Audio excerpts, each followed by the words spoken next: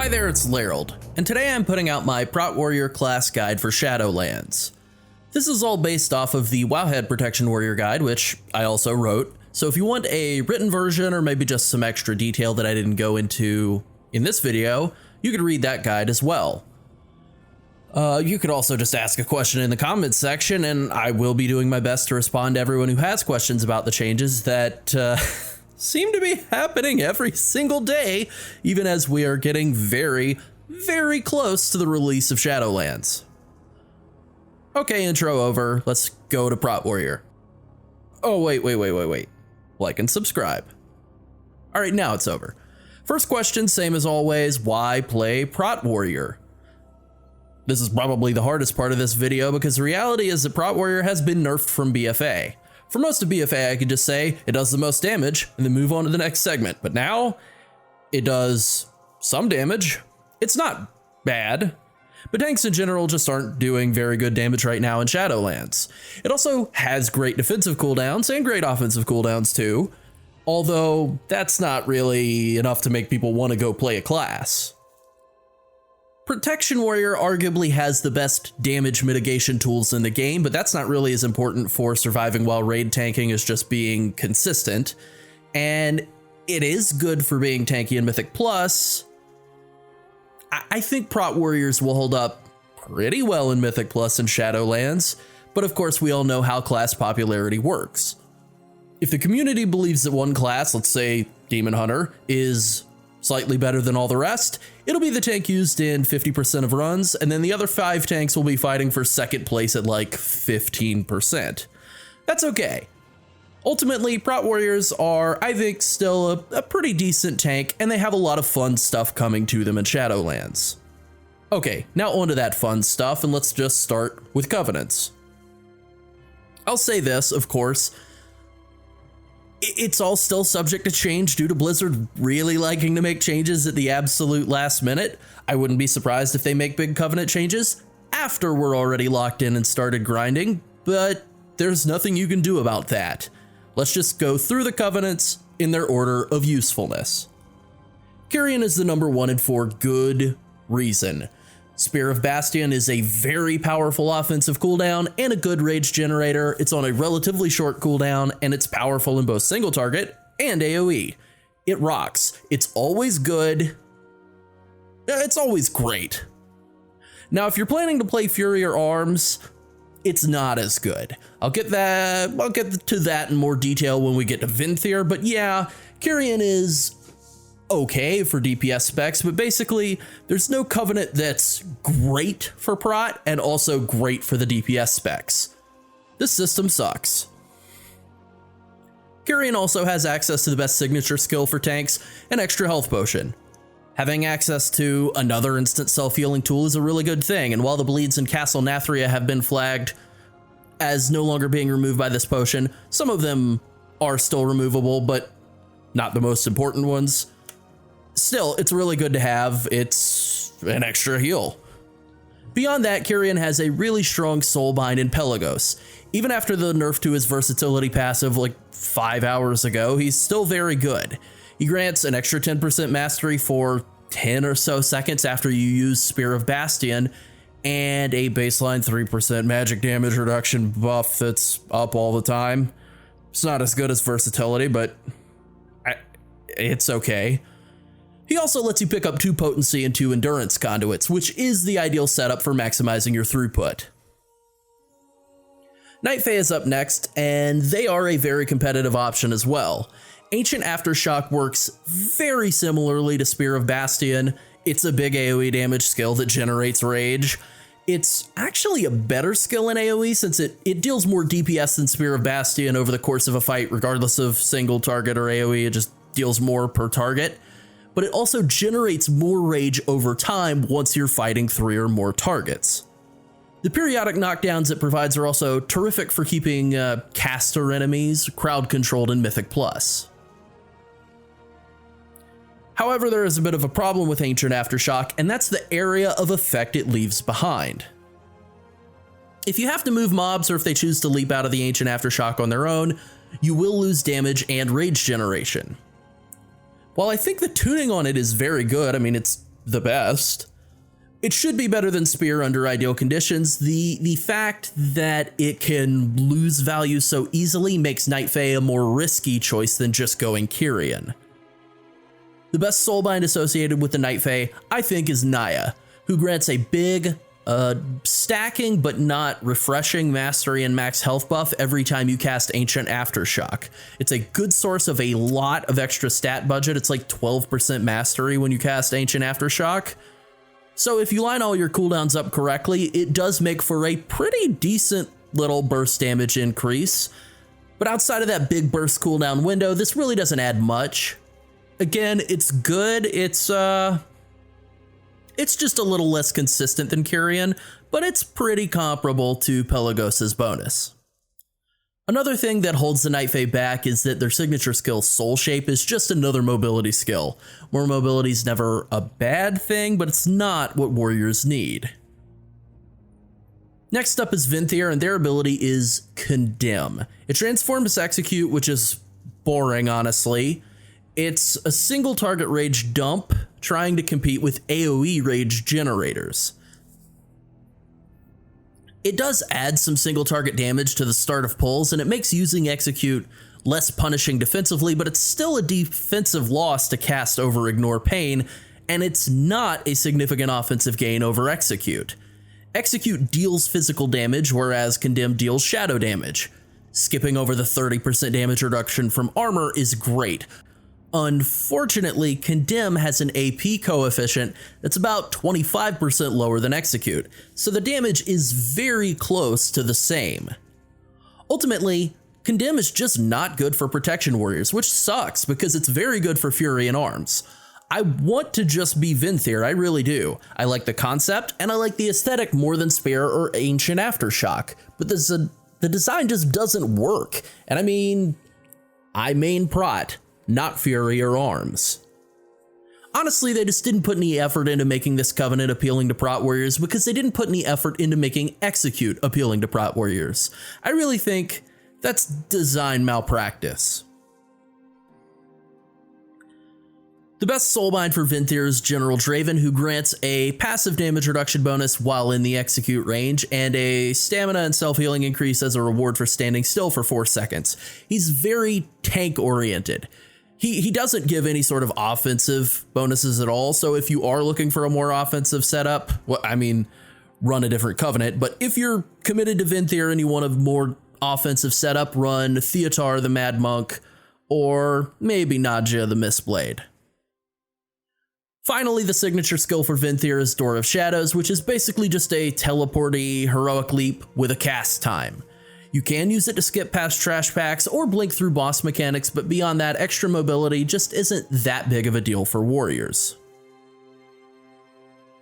Necrolords are the clear worst place option, and it's not close.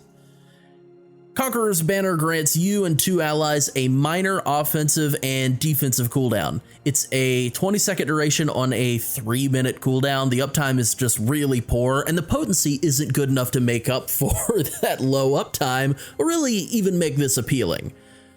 It seems maybe like more of a PvP bonus, but even then I don't know. Don't people like burst damage in PvP?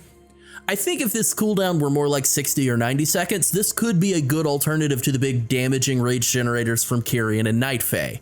I'm still not sure that it would be able to compete from a DPS perspective, but the ability to gain some direct defensive value and, you know, spread it around to a couple of other nearby players would be appealing to some people, I'm sure. As it's currently tuned though, this sucks. It's horrendous. It's not even remotely competitive. 10% crit and a minor crit damage increase. That barely even qualifies as a bonus. It's considerably weaker than multiple baseline skills, Avatar, Booming Voice. Sure, it also buffs 2 other players, but it also has a 15-yard radius, so it's punished by movement. It's just so bad. The Necrolord signature skill is also underwhelming. It basically lets you channel a shield up before boss pulls or in between trash packs and Mythic Plus. Starting off combat with a decent sized shield is good, but it'll get chewed up pretty quickly, so it's not like it's even a major defensive gain. It's not as useful as the reactive self-heal that the Kyrian potion provides, and you really shouldn't use it while tanking.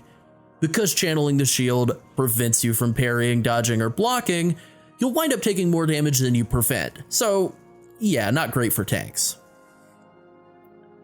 And finally, Necrolord Soulbinds for Prot Warriors are pretty bad. Bonesmith Hermir is arguably the strongest due to the reflective damage of serrated spalders. It can add up to a lot of damage, but that's about it. Alright, so the quick summary on Covenants is that Kyrian will be the best all-around option and the best choice for raids, but Night Fae is very competitive and potentially better in Mythic Plus due to being more reliable. You really can't go wrong either way. Neither of them lines up with Avatar, Demoralizing Shout, or Ravager, so it doesn't really wind up being a huge deal that they have weird cooldowns. Neither of them really has an advantage for cooldown stacking. As for Venthyr, they are pretty bad, but they are the best option for your DPS specs. It's not beyond the realm of possibility that some players are gonna use Venthyr and wind up dealing more single target damage in raids with it. That wouldn't surprise me. But single target damage is where tanks are least effective, and there's just no question that Venthyr will be awful in Mythic Plus, probably even worse than Necrolord in Mythic Plus. Necrolord is just very bad all around. Their warrior ability is weak, its cooldown is long, it has so many downsides, and very little upside. Alright, I talked about Soulbinds and I pointed out the best trees, but now let's quickly cover Conduits, which fit into those empty sockets in the Soulbind trees. There are 3 kinds of Conduits. Potency Conduits increase your damage and healing, Endurance Conduits increase your defenses, and Finesse Conduits are a little weird. For tanks, you can have 3 Potency Conduits available to you at a given time, and you can use 2 of them in your Soulbind tree at a given time. Each of the Covenants has a Potency Conduit that corresponds to the Covenant class ability, and then there are 2 generic Potency Conduits available to Protection Warriors, regardless of their Covenant choice. So let's just go through and break them down quickly. Show of Force is the better of the 2 generic conduits available to all Protection Warriors. It's not really a huge DPS increase ultimately, maybe a % or so. It does perform better in AoE than single target, but really it's not great. Ashen Juggernaut is the other generic conduit available to Prot Warriors, and oh man, is it useless. The rage and mental space required to maintain this buff while tanking is very unrealistic. Even if you could, it doesn't add defensive value or generate rage or do anything except add a tiny bit of crit chance onto a skill that's otherwise disconnected from the rest of the toolkit. Moving on to the Covenant stuff, the Kyrian Potency Conduit is Piercing Verdict, and it's great. It makes Spear of Bastion do the things it does well, even better. Destructive Reverberations is the Night Fae Potency Conduit. It makes Ancient Aftershock available more often, and it makes it deal slightly more damage per cast. The cooldown reduction is the real draw here, but it's very, very good. Harrowing Punishment is the Venthyr Potency Conduit. It barely increases the damage of Condemn, a single target skill, while you are in AoE. This is a badly designed, very undertuned bonus. It was nerfed because it was deemed too powerful for Arms and Fury, who can cleave their executes across multiple targets. The class designer once again forgot about Protection Warriors when it comes to execute. This sucks. You probably should still use this over Ashen Juggernaut, although maybe you should just skip a second Potency Conduit entirely if you go Venthyr. And lastly, Veteran's Repute is the Necrolord Potency Conduit. This conduit makes Conqueror's Banner slightly better. Not good at all, but less bad. If you really want to maximize your burst damage and aesthetically you really want to be a Necrolord warrior, I would recommend running this conduit ahead of Show of Force. You may deal less sustained damage, but it's a pretty small sustained damage loss. It's not a huge burst damage gain either, but I think it'll work out for, you know, more power where you really want it in most gaming, gameplay scenarios. All right, endurance conduits are thankfully a lot more straightforward. Brutal Vitality grants you leech that funnels directly into your Ignore Pain. This has the downside of requiring Ignore Pain to be active in order for it to work, but it has the benefit of not overhealing. It's not a huge bonus since tank damage is so low, but it's still pretty good. You should probably run it if you have an endurance slot. Stalwart Guardian grants cooldown reduction on Shield Wall. It's not mandatory at all, but when combined with the wall and anger management, you can consistently bring Shield Wall's cooldown below 60 seconds, and that is very nice. Unnerving Focus is the last of the 3 semi-useful endurance conduits for Prot Warriors. It's not great, but gaining a little extra value out of Last Stand can be okay, especially if you're talented into Bolster. The other 2 conduits are very forgettable. They really don't do much at all. We're talking maybe dozens of healing per second. Don't bother. And finally, here are the finesse conduits. Inspiring Presence adds a small boost of defensive value onto Rallying Cry, and that's a good piece of group utility. I wouldn't recommend sacrificing your own power to get it, but for trees in which you're forced through a finesse conduit slot, this is a good one to have. Safeguard is also okay. It makes your intervene a little more powerful as an external cooldown to throw onto other players. It's not very strong, and it does require some effort to use effectively, so I wouldn't go out of your way to use this, but it's there if you really want that tiny extra layer of defense for a party member. The other 2 finesse conduits are again pretty meaningless. Okay, next up is Legendaries, and I think there are only 2 pieces I really need to talk about here. Although there are 2 utility options I'll briefly mention as well. First up, and my favorite, is the Wall. It's very good and very versatile. You should craft it in your shoulders. You get this pattern from Castle Nathria, so you won't be able to get it until the raid unlocks. Basically, the legendary grants 5 more rage for every shield slam and substantially reduces the cooldown of Shield Wall. As I said before, if you're using this in anger management, your Shield Wall cooldown will be less than a minute. Even without anger management, this still brings your Shield Wall cooldown to roughly 2 minutes. It also grants about 15% more total rage when using a normal talent setup, so it's just really, really good and really, really reliable.